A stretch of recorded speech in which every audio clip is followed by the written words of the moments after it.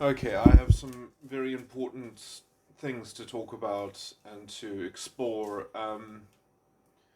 Yeah, I mean, this is all sort of slightly speculative, which is always embarrassing. But anyway, I need to sort of make this recording to somewhat modulate the things that I've said in the epilogue, sort of in the fourth installment of when I was talking about psychology and politics and talking about the beast and things like that.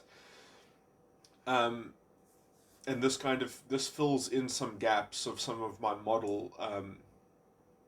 So what I think, so I think I was correct when I was describing. I mean, I was kind of speculating about it as I was talking.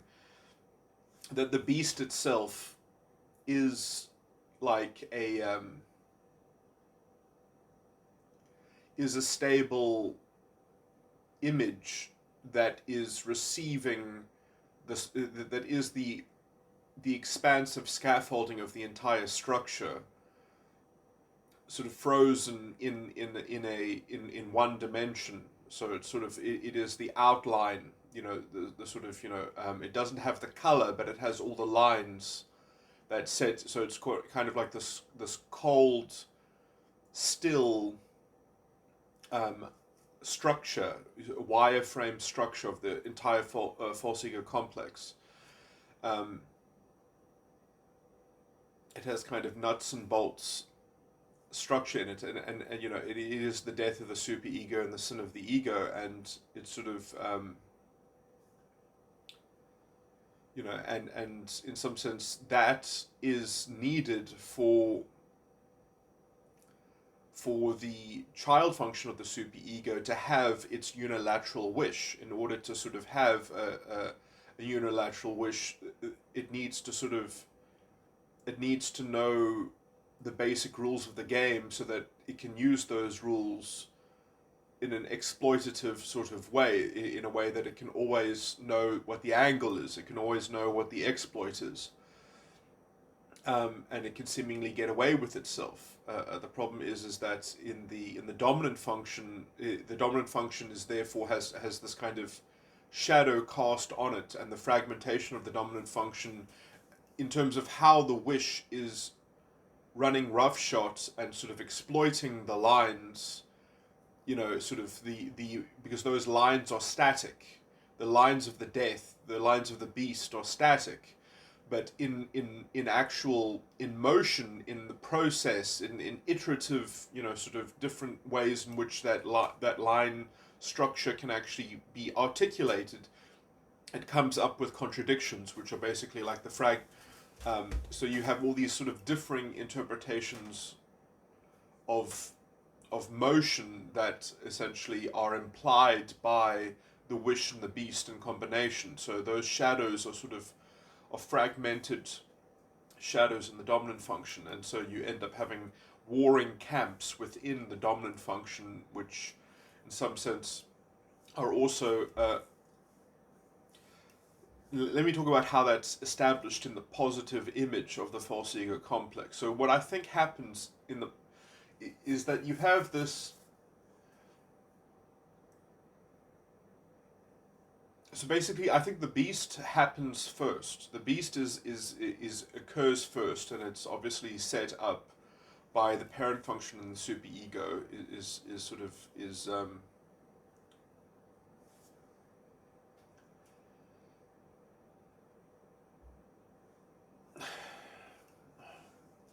And the question is basically the beast sort of fantasized and explored within a kind of fantasy play, kind of imaginary space. So the question is kind of like the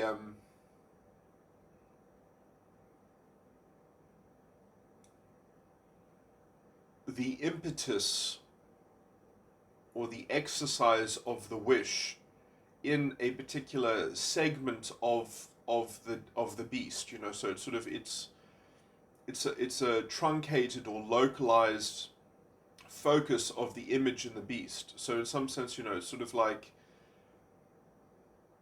you you're stuck within the holographic matrix, which is being projected from the entire image of the beast, but you can only exist in some local suburb of that image. And you know, so you get sort of confabulation in terms of how these things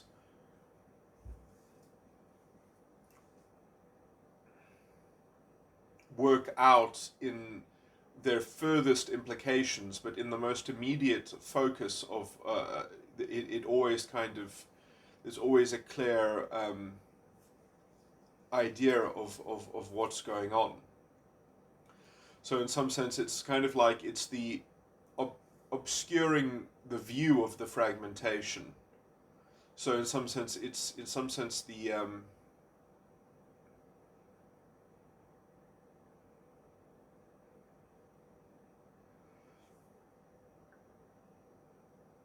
when the whore of Babylon is actually fornicating with one of the kings or the rich merchants, and they are getting drunk on the wrath of the from the fornication with the whore, that's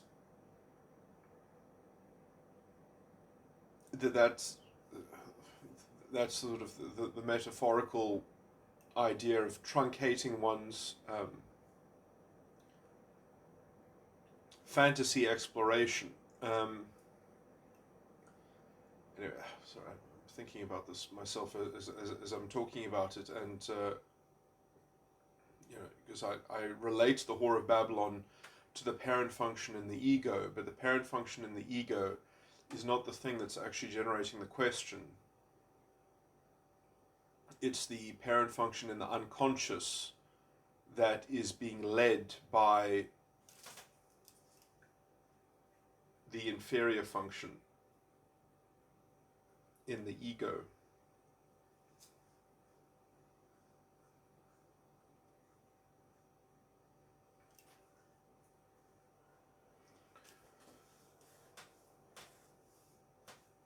But the inferior function in the ego is sort of defined by the leftover of what the parent function in the ego has sort of demarcated out of its domain.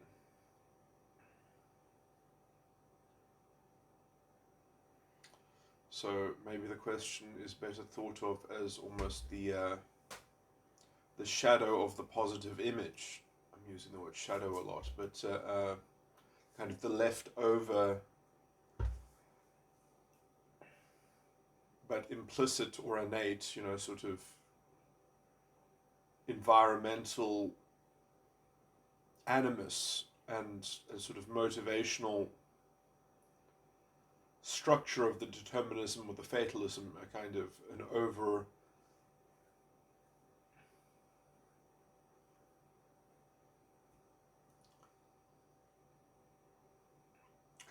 oversight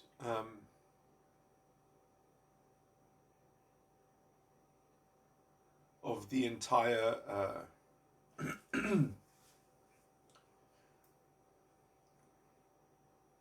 summary of the entire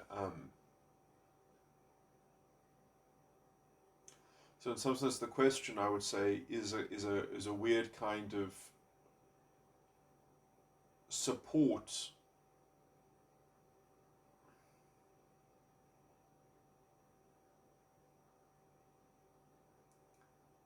for the parent function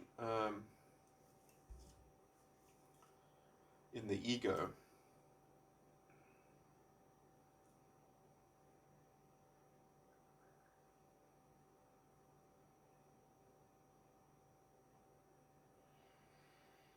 So, it's almost at the same time that the parent function in the ego is trying to focus on its particular section of the fantasy of which is sort of animating a local part of the beastly construct and image, focusing in on a section of the map of the beast and bringing it to life. There is a kind of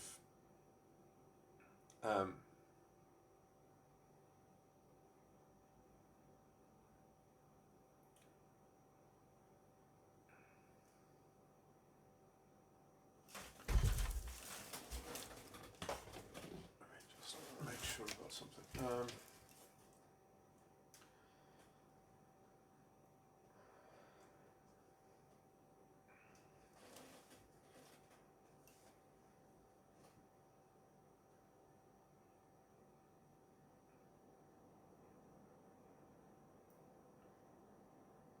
I'm just thinking about something else at the same time. I just want to make sure that it's not relevant to what I'm talking about.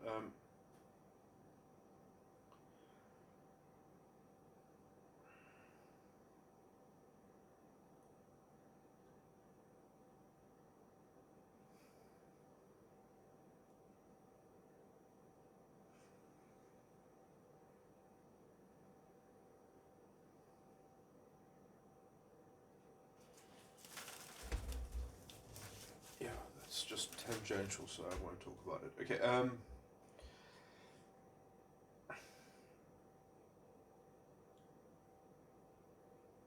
So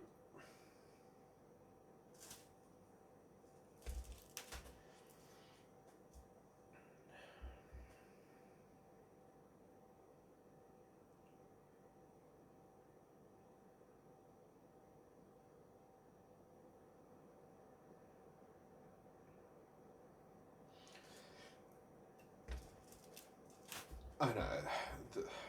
I do also want to talk about. This is another issue that I was thinking about. Is the Tamasic philosophical moment, which is very much connected with the question and the just if, or the primary counter offer, which is essentially the Tamasic philosophical moment, is connected to the condemnation. Anyway, that is actually a tangent that is worth bringing up. The other one I was thinking about, but anyway, let me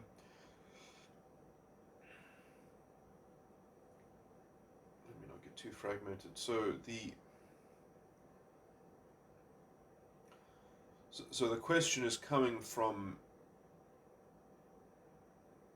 the unconscious parent function, which is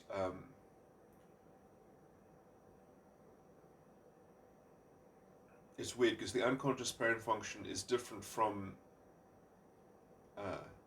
the unconscious parent function and the superego parent function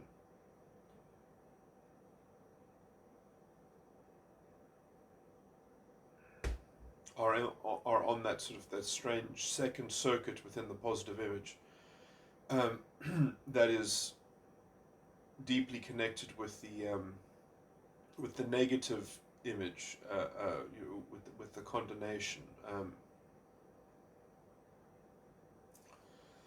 I don't know how to talk about this fluently without it seeming so disjointed, but I was thinking last night about the way to introduce my whole system is first I would talk about the 17 dimensions of psychological reality as a stable philosophical sort of structure. Then I would talk about one side of the mind as being composed of six interlocking parts, and how one side of the mind would sort of be geared towards a compartment of a kind of would have a cohesive character that sort of my four sides of the mind are made up of be, do, have, and doing. Your sense of be, your sense of do, your sense of have, and your sense of doing. Um, and then also I would have to show how two sides of the mind sort of occupy some of the same space, how there's an overlap um, between one side of the mind and the next side of the mind, which is why adjacent side of the minds are fundamentally sort of dislocated from one another, because they are physically occupying each other's space to some degree. So there isn't a very clear connection between neighbors, but each side of the mind is very specially connected with other sides of the mind that are one removed. So in the sequence of be, do, have, doing. Be and do are neighbors, and by the way, it loops back around. So it goes be, do, have, doing, be. So it loops around. Um, so doing and be are neighbors,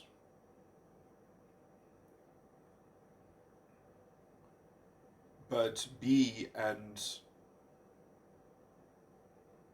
have an easier way of being relayed with one another, of being connected with one another, and um, doing and do are also connected with one another. But the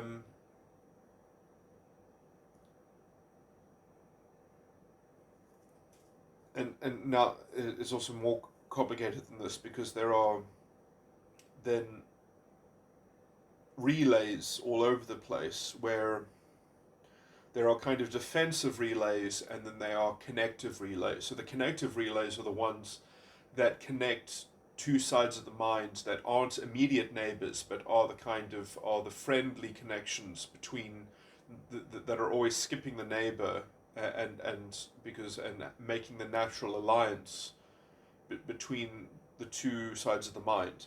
And when you connect two sides of the mind, skipping out the neighbors, I think I call that relay. I call that the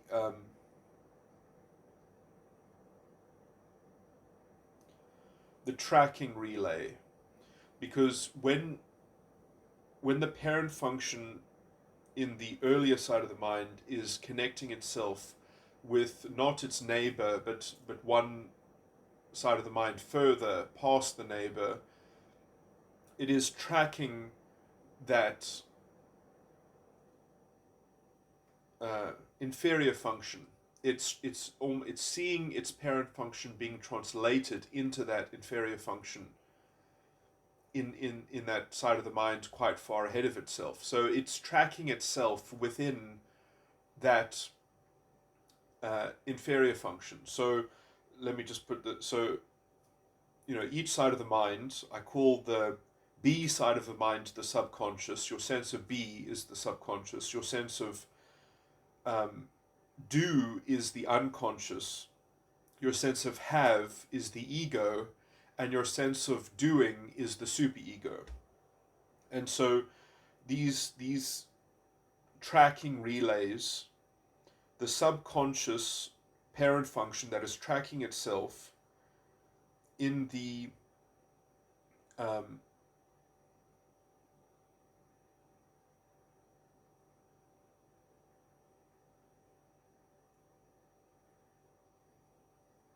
in the ego's inferior function.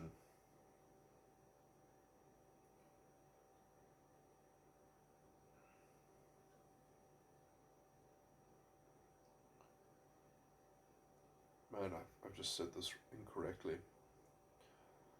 The subconscious parent function that is tracking itself. Technically, it's the unconscious's inferior function, which is also the ego's death.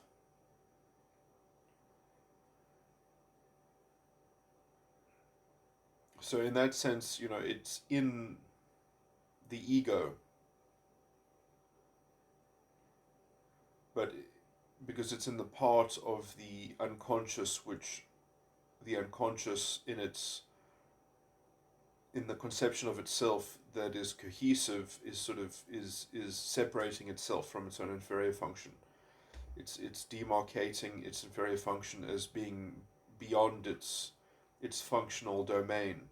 Um, anyway, so the subconscious parent function is capable of freely tracking itself in the retreated territory of the unconscious, which is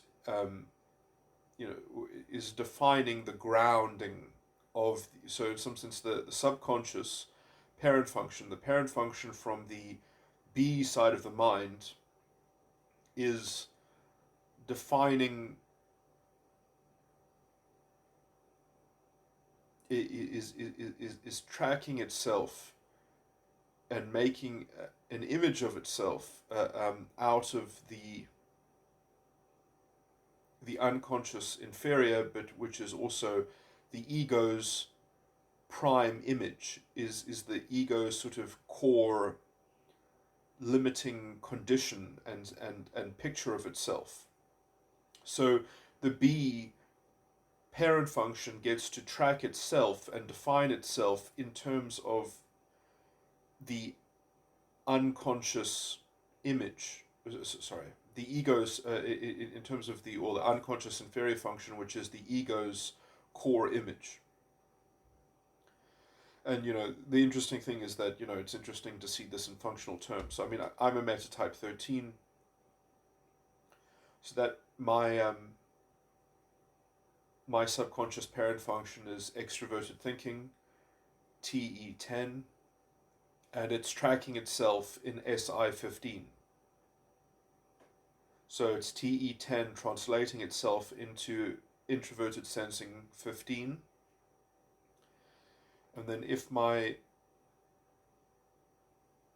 understanding of the stacking of the relays, or the combination of the philosophical moments is correct, then that is actually the core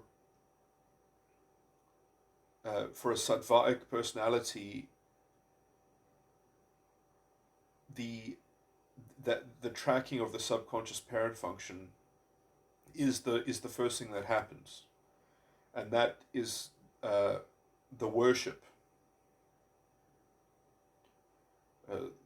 When the subconscious is tracking itself, the subconscious parent function is tracking itself in the unconscious inferior, or the ego's core image of its death, which is the grounding edifice of the ego, is the starting block for the ego's structure. And then the second thing that happens after that is that then I call then what happens is what I call a lead. Is after a track there is also a lead, and if I've got the ordering of this correct, the lead that happens next is the same subconscious parent function leads its own local death, or it tries to colonize the death that was already created for it in some other philosophical moment, which is, let's say, epistemologically connected with it, even if it, let's say, for the first time hasn't happened yet. So the subconscious parent function will lead its local death, will take hold of, will interact with its local death, which is its neighbor, its prior neighbor's inferior, which will be its prior neighbor's inferior function, which has hopefully been abandoned by that side of the mind. So in this case, it would be the subconscious parent function, which for me is, again, extroverted thinking, TE10, because it's the 10th dimension of psychological reality in the 17 model, is leading extroverted feeling 7, is the local death. And that is called the declaration. So that kind of relay is called, I just call it the declaration. And by the way, just for my metagram type, my worship is made up of worried and cautious emotional tones, and my declaration is made up of annoyed and confused emotional tones.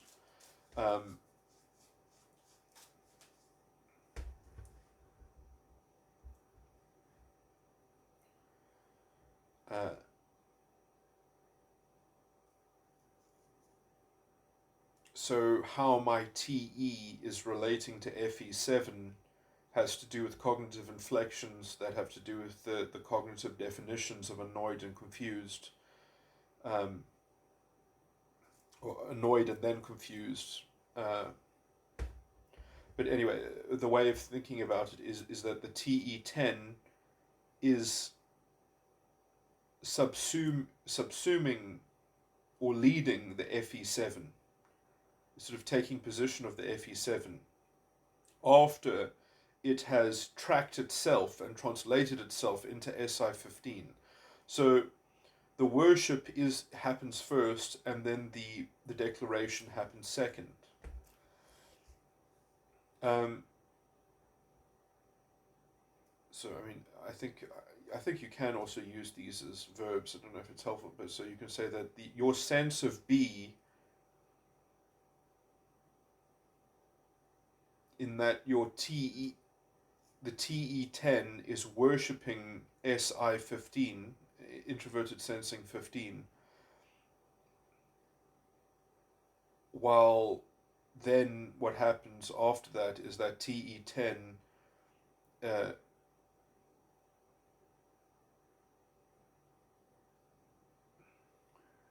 issues a declaration um, over FE7. Anyway, there's just some way to sort of animate some of my jargon. Anyway, so I'm a Sadvaic personality, which definitionally means within the system that my worship and the declaration are the things that anchor my positive image. Whereas if I was Tamasic, it would be the answer and the prayer, which is the answer is the superego's parent function is tracking the subconscious inferior or the unconscious death, which I mean, I still have, everyone has all the parts, they just have them in a different, it's just that, so I'm also doing that, and when I do that, the answer, that track is FI6, that is my superego parent function, is introverted feeling 6, is tracking extroverted intuition 11, and when it's tracking that, my answer, it's called the answer, is angry, and then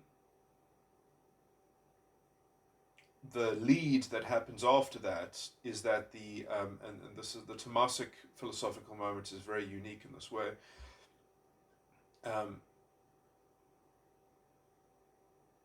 Is that the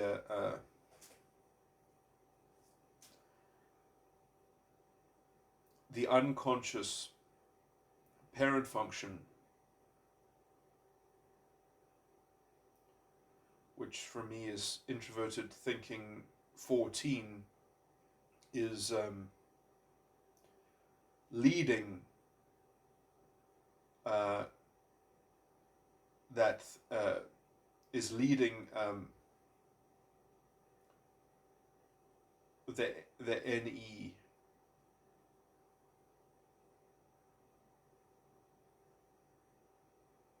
the NE11.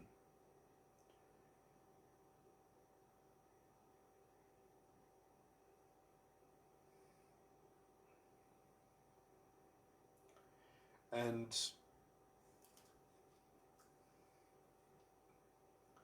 the weird thing is that, you know, it's hard to say that something is leading something that is already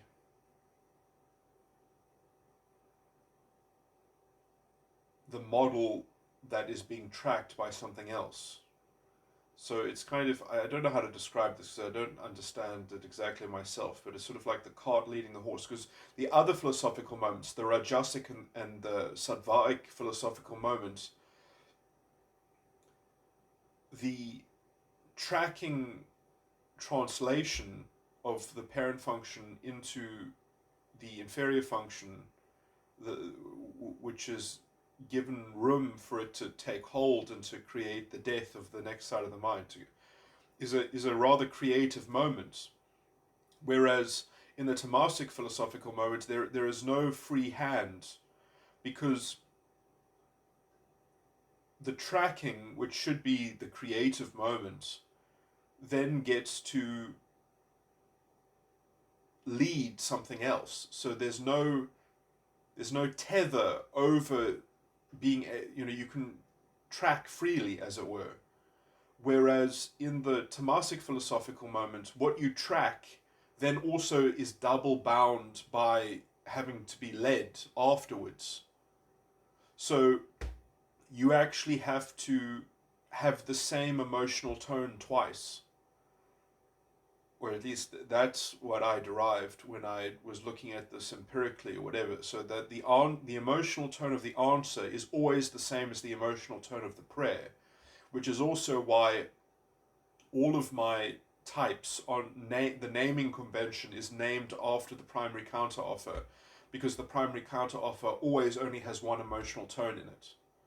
So it's the most unsophisticated, or the most simplistic, and in some sense this is the curse of it being connected to the condemnation, to the superego. So the unconscious side of the mind, which includes which has this mixing of the unconscious and the superego, is on the other side of the superego, and the unconscious is, in terms of its weird relay that is occurring in the ego, which is the kind of but there's also an asymmetry mismatch here, because all the other sides of the mind have a particular kind of way that they overlap, but the overlap between the unconscious side of the mind, the relay between the unconscious side of the mind and the superego, as it sort of is happening in the neighboring space of the ego, does not line up the same as all the other relays. And so there's a kind of disjuncture there.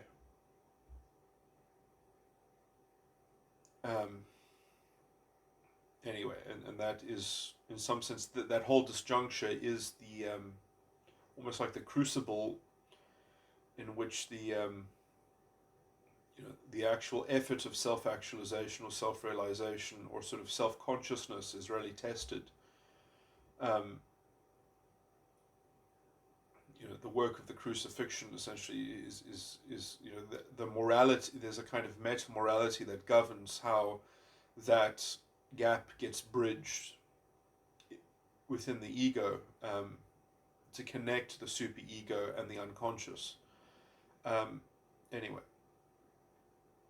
And anyway, I call the unconscious parent function that is tracking itself within the ego's inferior function, I call that the question, and the superego that is leading. You see, the thing is that the superego is not leading the inferior function of the ego, it's actually leading the sin of the ego. So the superego parent function is actually leading the sin, not leading the inferior function, and it's creating its own beastly self-core image out of the thing that it is leading, but the thing that it is leading is the sin and not the death. So whatever it ends up defining its own death, or sort of how it's leading its own self, because you have to lead your own self-conception, your own self-image, or so, otherwise there's no, you're not moving anything, so you have to track, you actually have to have a model of the thing that is being being set into motion, or being, sort of,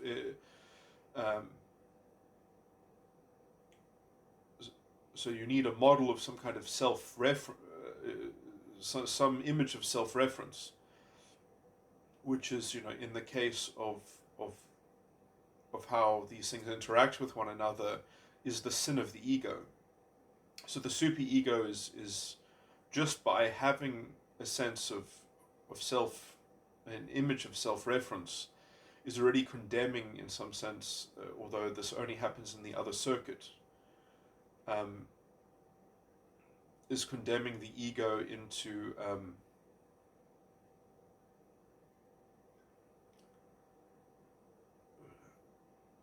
or it's leaving an impression, an imprint of a structure, which which the question is fundamentally mismatched to, and therefore you have this existential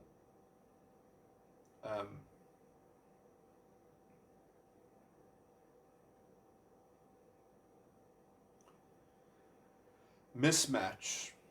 Um,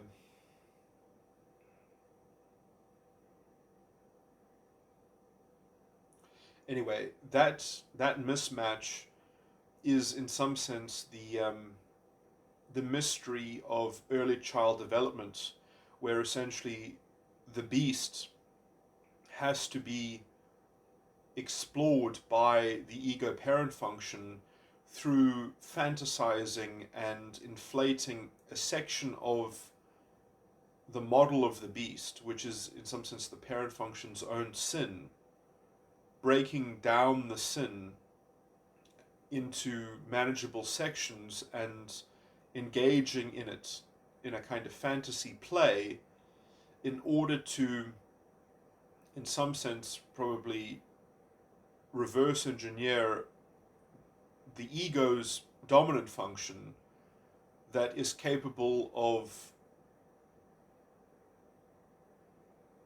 entrenching a kind of healthy cognitive dissonance so that it can eventually deal with its own replication of the image of the beast without having to do the painful work of directly being connected with the superego. It wants to be able to, it's the parent function of the ego wants to sort of ignore its own inferior function.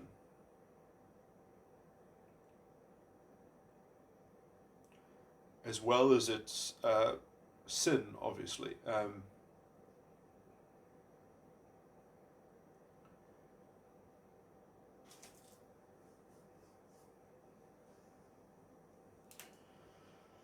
But it needs to kind of steal the fire from the gods in order to have a separate set of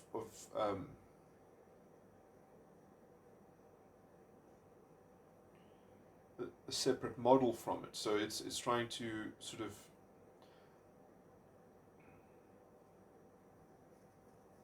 make a substitute from having to channel the kind of the toxic negative image so that it can just have a functioning positive image and map of the terrain that it can then work from independently and make itself sort of the king of the roost or something like that, and forget its origin story or something. Anyway, so forget that it had to steal the fire from the superego.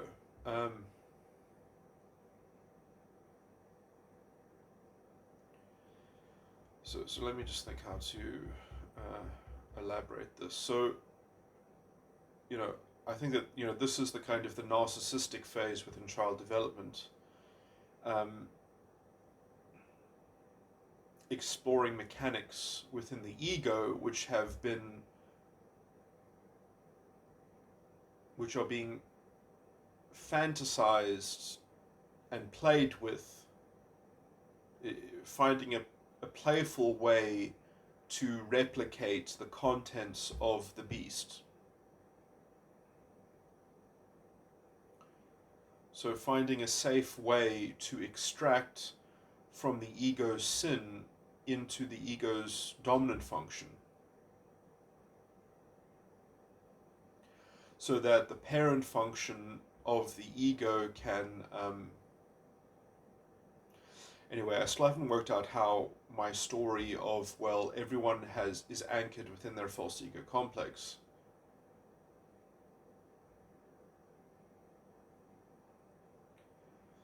So I don't know how this story sort of, unless the dominant function within the ego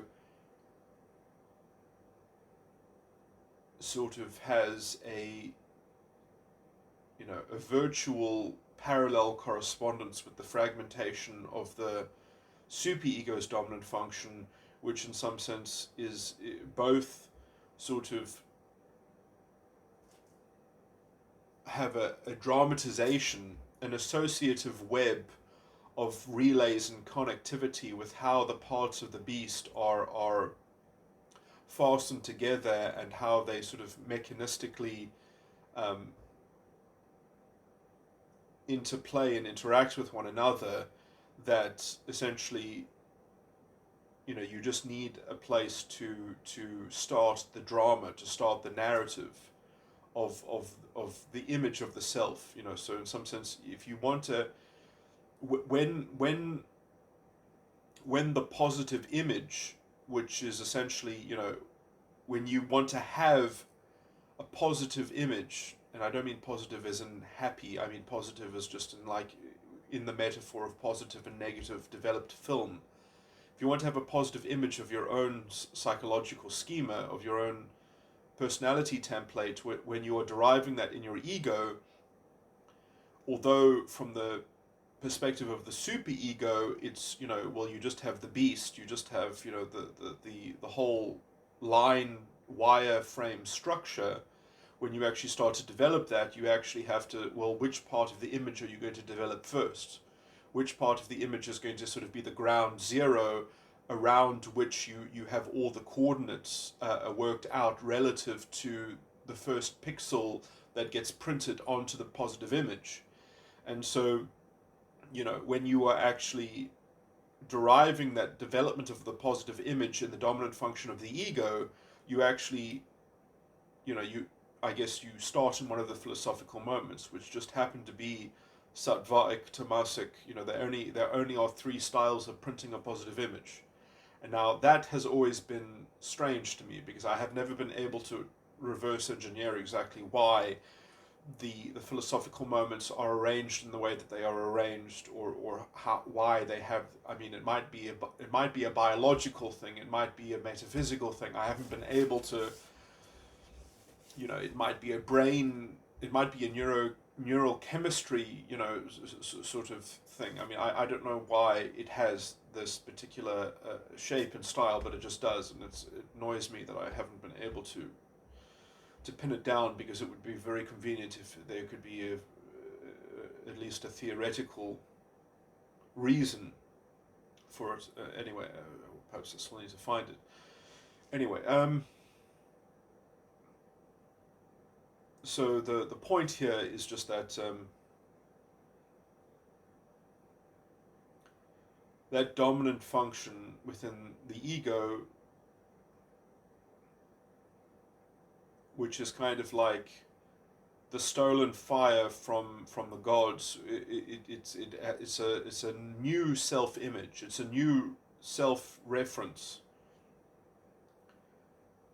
But how it works in practice. So it's kind of like a dramatization, an associative web of fantasy play, exploring the beast in some sort of scenario, in some associative positive image of the actuation, and looking at it from the sense of with. So in some sense, it's like create from the superego's perspective. It's like something is mimicking what's going on inside of you. It's kind of like interpretive. Someone is creating their own interpretive dance that is meant to represent what you actually contain.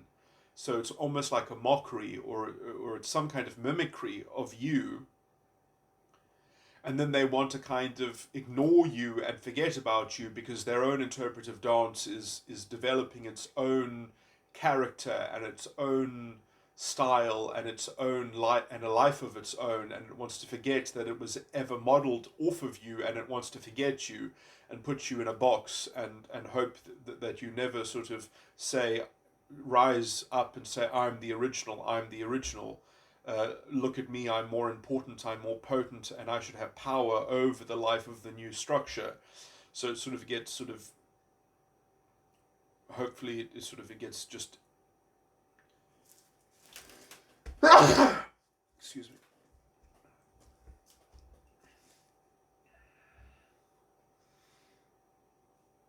Anyway, and so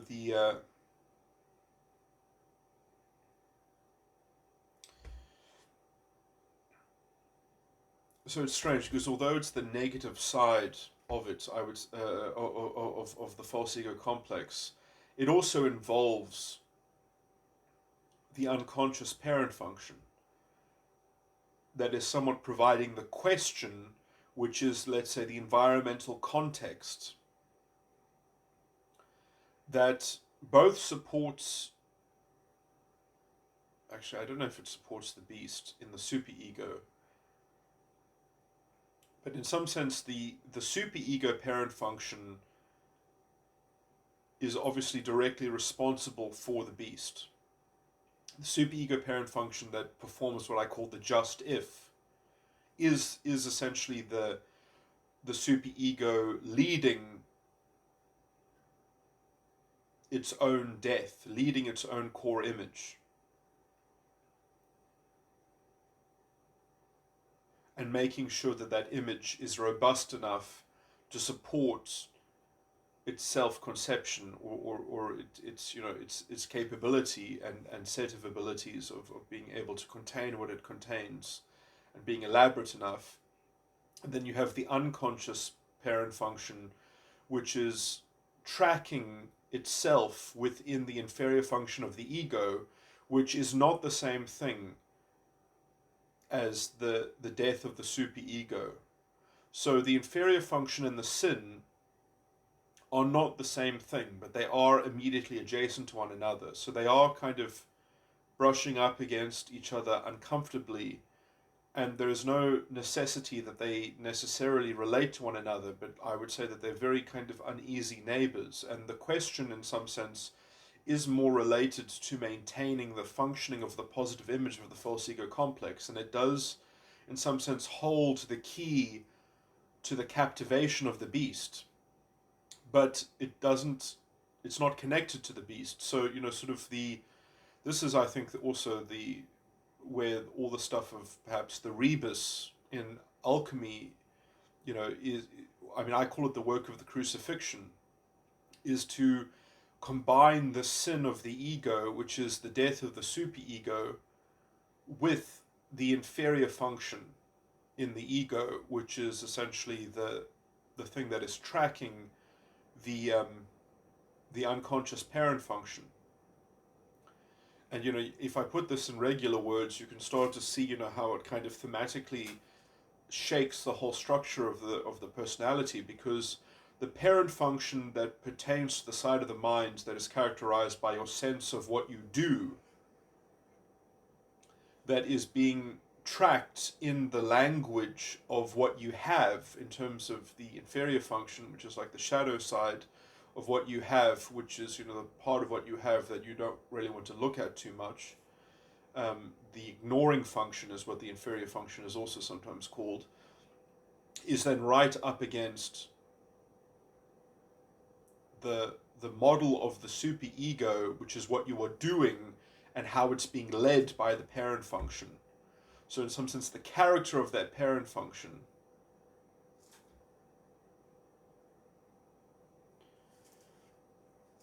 and its self-reference of itself. So you have in some sense the potential combination of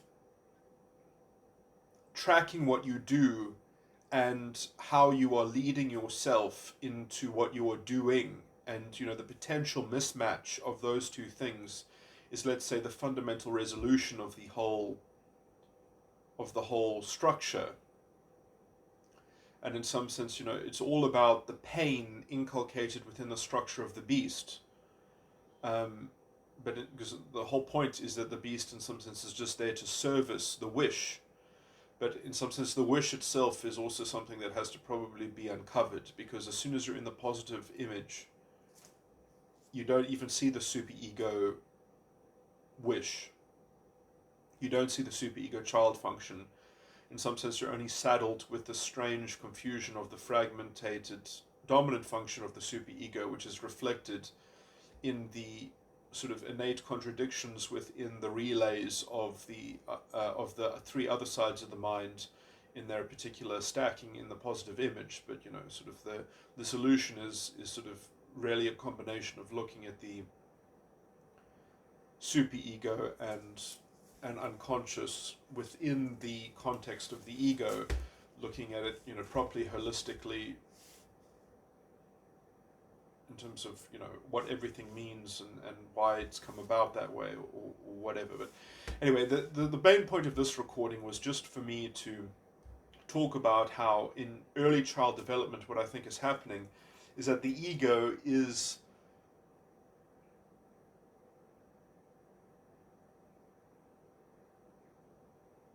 fantasizing about its own, the ego's parent function is fantasizing about its own sin, or is fantasizing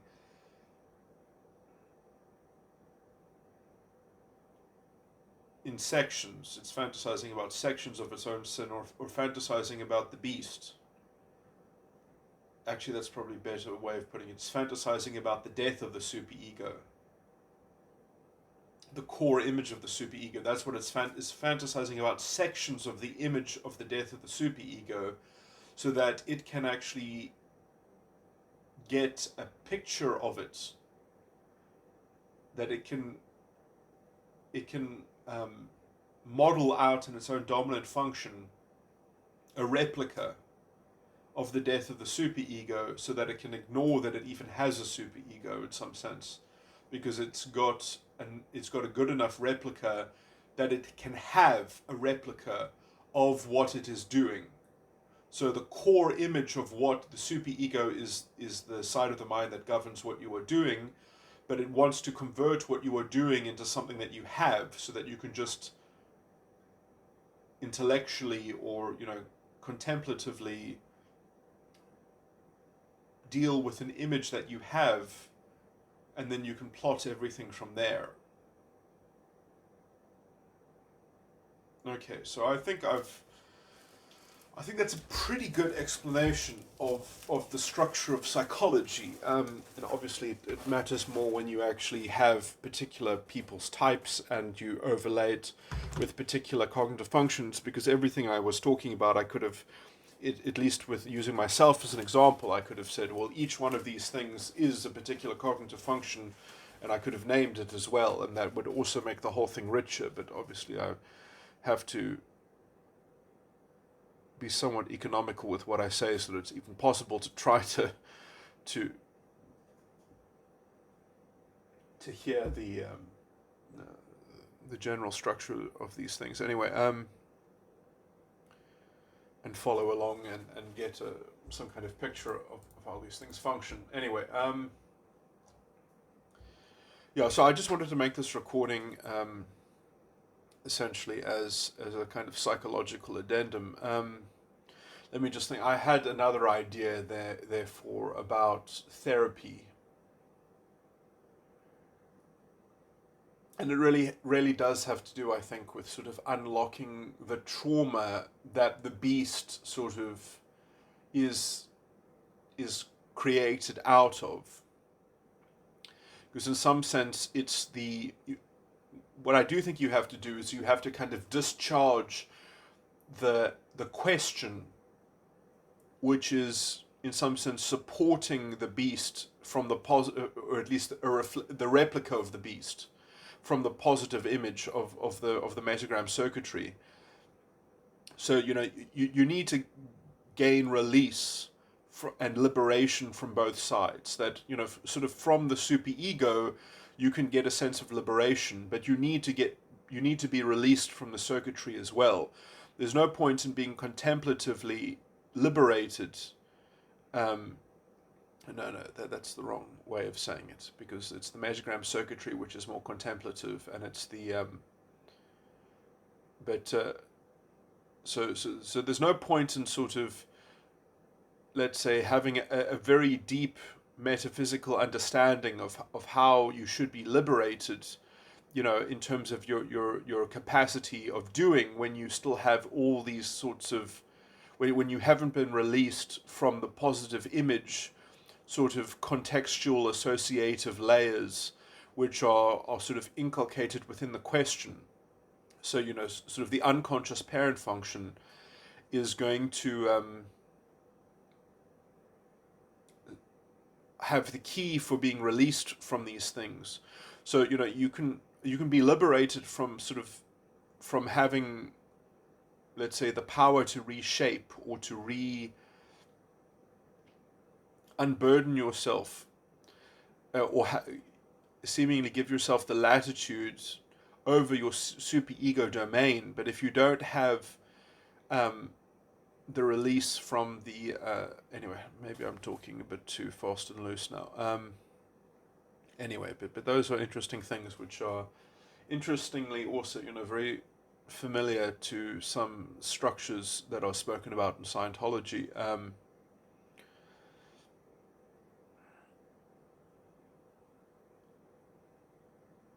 And a lot of other religions, I guess, and sort of religious systems of enlightenment and self-actualization and things like that.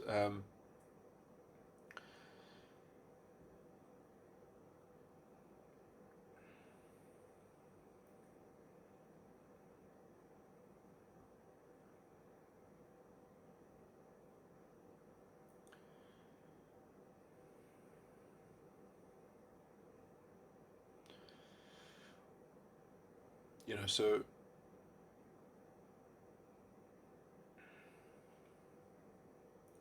the question that you have, which is, I think the question is a good name for it, because it's sort of, the question is coming from the parent function that deals with your sense of what you do in the context of the side of the mind that's being played out, or is being tracked within the sense of have. So it's what you have, the translation of do into have, into having. So what you have of what you do.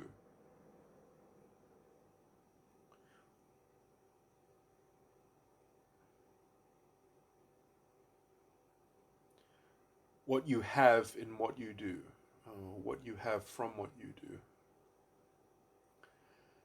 And that is almost like a very material but also a very spiritual question, which I've even called the question. You know, um, in some, it is the almost the fundamental nature of your incarnated orientation. So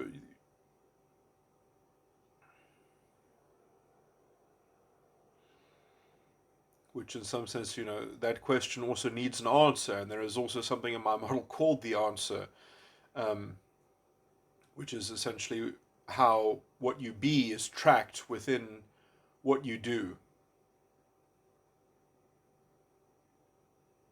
Sorry, no, that's not correct. The answer is what you are doing tracked uh, within what you do.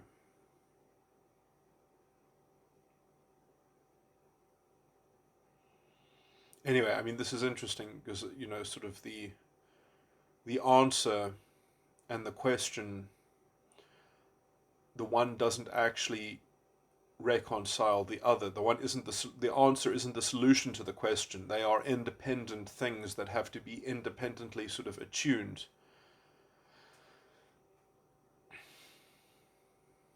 That the character and constitution of each independently, is actually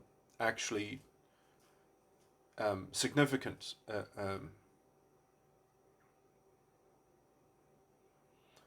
The condition of each of them.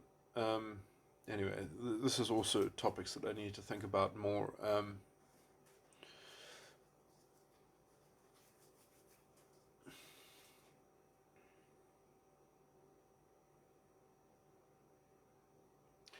But I guess the issue that I'm sort of dealing with is that, can the question be revitalized, or let's say rehabilitated to the point at which that you end up dropping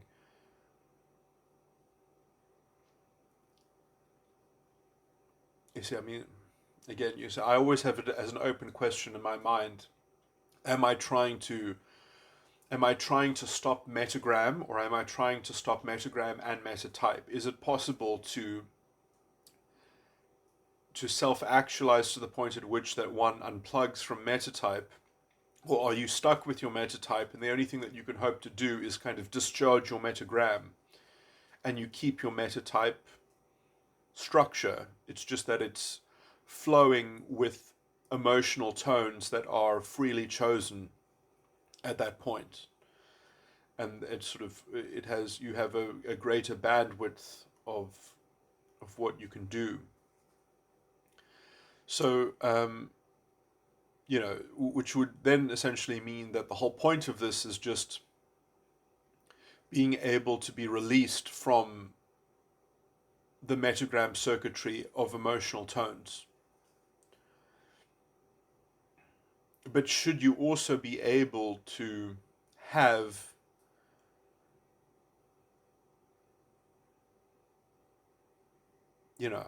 should you be able to adopt a different, let's say, metatype perspective that is like a metatype orientation of one of the other metatypes? Should you be able to shift your metatype perspective? I wonder. Anyway, so I mean, yeah. I mean, I still am on. I think that it's metagram that needs to be overcome, and it's metatype that I think might be fundamentally somewhat fixed, but that might be a wrong opinion. I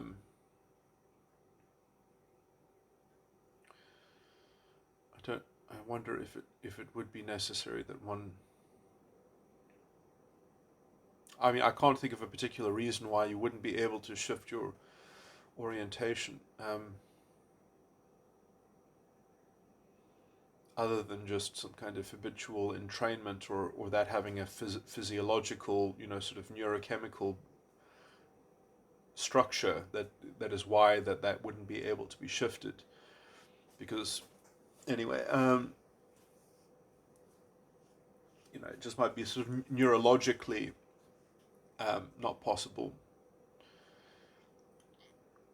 um, or let's say destructive to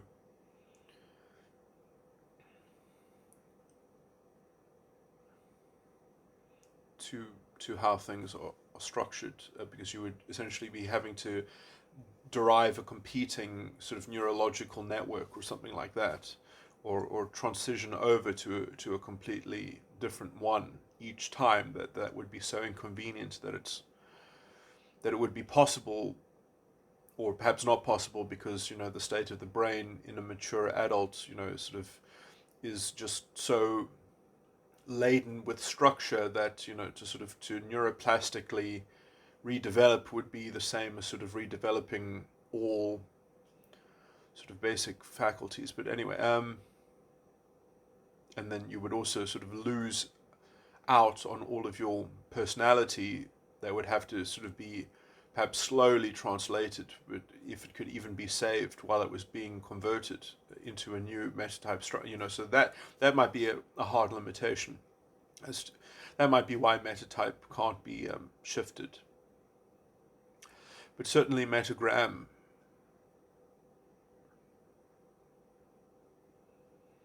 essentially the motivation and the orientation of these relays would no longer be fixed into particular dispositions of emotional tone. So there would be no captivation to the beast, as it were, and the beast could be, in some sense, well, the beast would no longer be dead. It would no longer not have choice. It would not be conditioned by its structure. It would just be would be able to contain a living purpose that was liberating in its actualization, in its doing, and its having, and its being, and its yeah.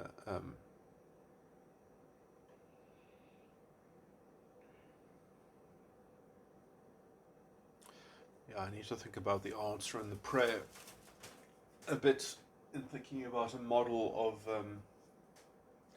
and it might be that I've also experimented before with trying to think of, I mean, it was premature when I first did it, but trying to think of, well, maybe the philosophical moments of the Sattvic philosophical moment and the Tamasic philosophical moment and the Rajasic philosophical moment, maybe those would be differently ordered or orientated, but that is a wildly speculative idea that's I don't really have any way to even judge that, because I don't really know, I don't fully understand the nature of the structure of why empirically there seems to be those natural anchor points, and why there is within that structure, that natural flow, why there is that natural recurring pattern. I don't know why that pattern exists. So disrupting that pattern is, in fact, the pattern itself might have something to do with the,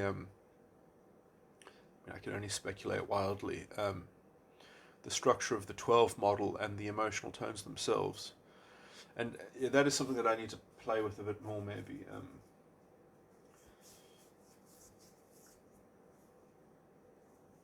What are the attitudes of the emotional tones? Like, what, obviously they mean something differently to different metatypes, because they pertain depending on where they are. And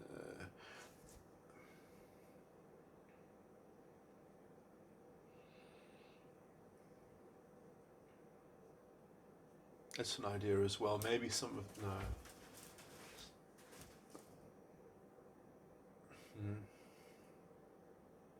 But there might be something that's worth decoding, that as to why some types have split circuitry and why other types do not have split circuitry. If it's a combination of the metatype architecture, the metatype overlay over the 17 model, and then sattva, rajas, and tamas might, or the content of the emotional tones themselves, might give a clue as to what is triggering, some kinds of double circuitry, because essentially it's because the unconscious parent function is one of the double-barreled functions, because some of the functions have like a double language within themselves. And I'm not going to talk about that. That's a strange esoteric point. Sorry. Now let me just stop talking. This is that's a completely separate topic.